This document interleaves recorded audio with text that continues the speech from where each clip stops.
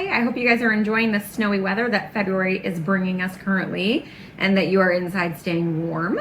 This Sunday is Super Bowl Sunday, and if you are watching this after Super Bowl Sunday, don't worry, you can still use these tips for another time.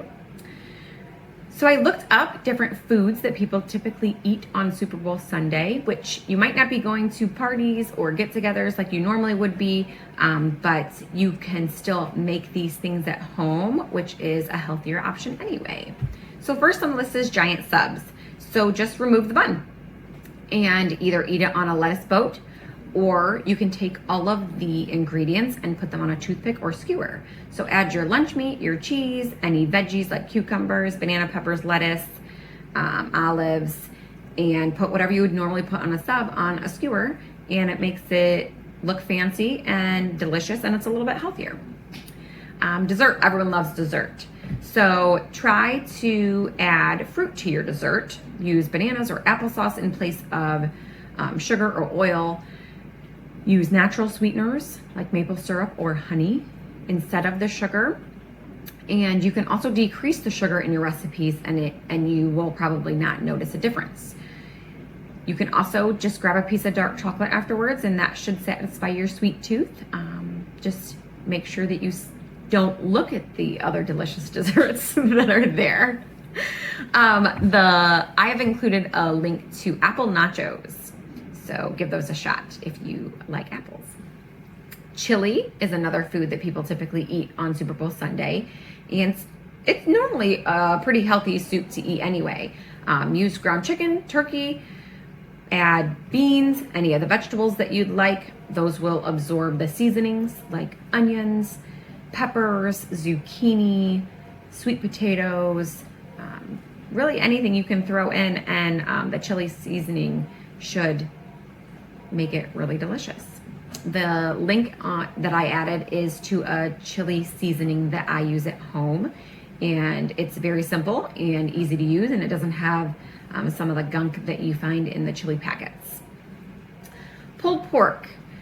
So pulled pork sometimes is made with sugar in the rubs. So the link that I attached doesn't have any sugar. It does have some salt, so if you're watching your salt, you can decrease it or leave it out completely, and you just rub the pork butt and put it in your crock pot and let it cook all day, and then you'll have pulled pork in the evening for the game.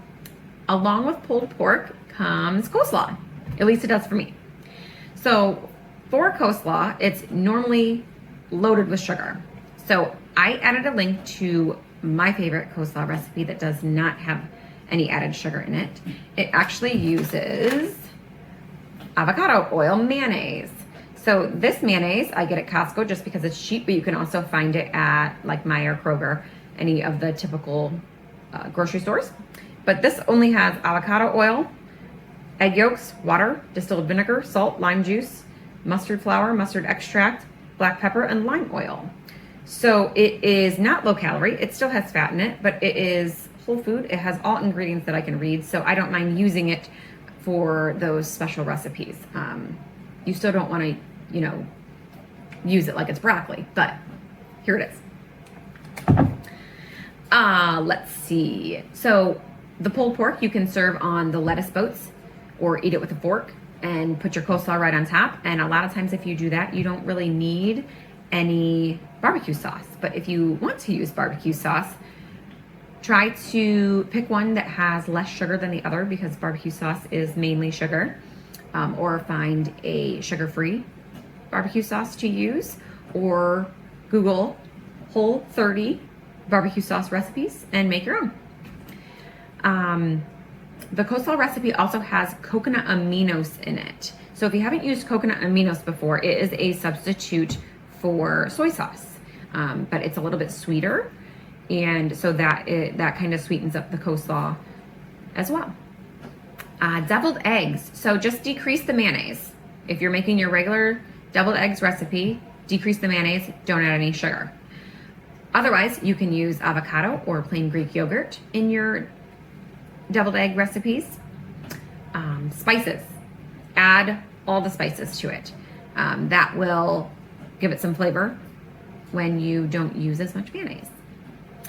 Nachos. So I should mention that these substitutes or tweaks might not give you the exact version that you're looking for, but a lot of times it will satisfy that craving that you have.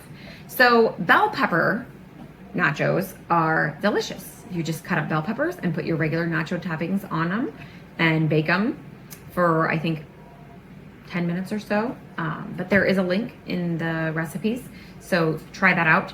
Tweak it however you'd like. Add or take away from it to make it to your liking. If you do need the crunch, I would recommend these white bean chips. I get them from Aldi, and they are made from navy beans, sunflower or safflower oil, brown rice flour, and sea salt. So they're delicious. They got some plant-based protein and some fiber in there. So it's a nice little snack when you want to crunch. Guacamole goes well with the nachos, and it typically is just healthy. Is it low calorie? No, but it's got those good healthy fats in it for you. So if you are crunched for time like I normally am, I take avocados and add some lime juice that I get from the health food store in Sandusky, and I just add a scoop of salsa and then stir it up. If I have cilantro on hand, I will add that as well.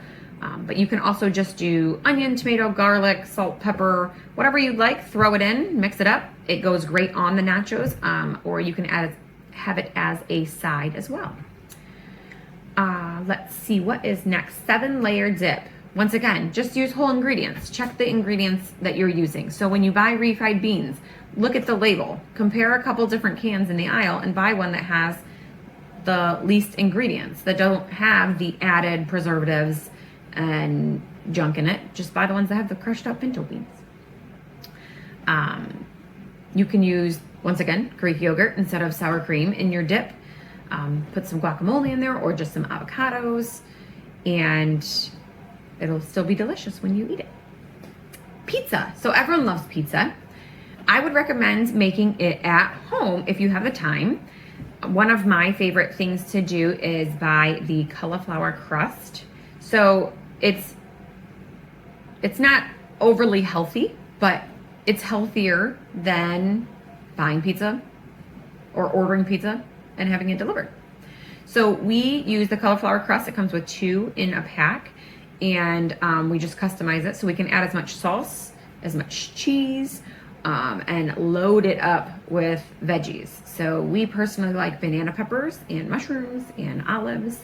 That's our typical go-to. And then just sprinkle a little bit of cheese on top. Also, when you are buying sauce in the store to make your pizza at home, look at the sugar count, because it can vary greatly between different brands. So find a brand that works for you. I think I use the Simple Truth from Kroger. I found that doesn't have a ton of added sugar in it, and it's very good. My husband prefers it to ordered pizza sometimes, which is super crazy. Yeah, let's see what else I got. Oh, you can also do pizza in tortilla shells. So either just put a tortilla shell and put your ingredients on top and bake it, or even make a pizza quesadilla and fold it in half. Super delicious and easy for kids to eat too. Spinach artichoke dip. So I would recommend turning this one into a casserole, and you can add chicken or quinoa, whatever tickles your fancy, and it will add the protein for you and kind of decrease the amount of cheese, sour cream, all of that goes into it. I added a link for one that is made with chicken, I believe, and so give that a shot if you are a spinach artichoke dip fan. So the next 2, I think, are the main ones eaten on Super Bowl Sunday, but I could be wrong. So buffalo chicken dip. So my tip for this one is use celery for dipping. So even if you make your buffalo chicken dip like you normally do, just take the chips out of it and dip some celery in it, and it's so good. It gives you the crunch. You don't really know that you're eating celery because it's covered in buffalo chicken dip, which is delicious. I also have added a link to one that I haven't tried yet, but I am looking forward to trying it because it just has whole ingredients in it.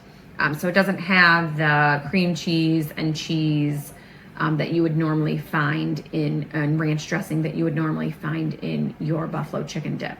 Another thing that I like to do with buffalo chicken dip is to put it over top of baked spaghetti squash and then stir it up, and you can even throw it in the oven, make a little casserole out of it. But it gives you that hot sauce craving, or it satisfies your hot sauce craving without you having to consume a ton of calories, and it adds a veggie in there, which is always great. So add veggies wherever you can. What else do I got here? Chicken wings. So make your own at home, super easy. If you don't have one, look for a sale on an air fryer because they are great for making things crispy and delicious. Not only chicken wings, side note, like I threw cauliflower in there last night, and you put it in, and after, a few minutes, 5, you shake it and put it in for 5 more, and it's super good. But with chicken wings, you can easily make your own at home.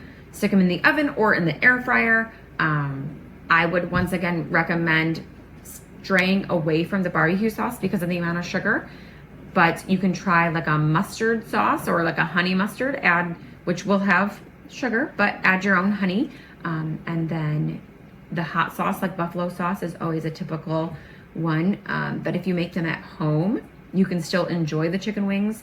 They will be just as delicious, I'm sure, as you normally get in at B-Dubs or Frickers or wherever you go to get your wings.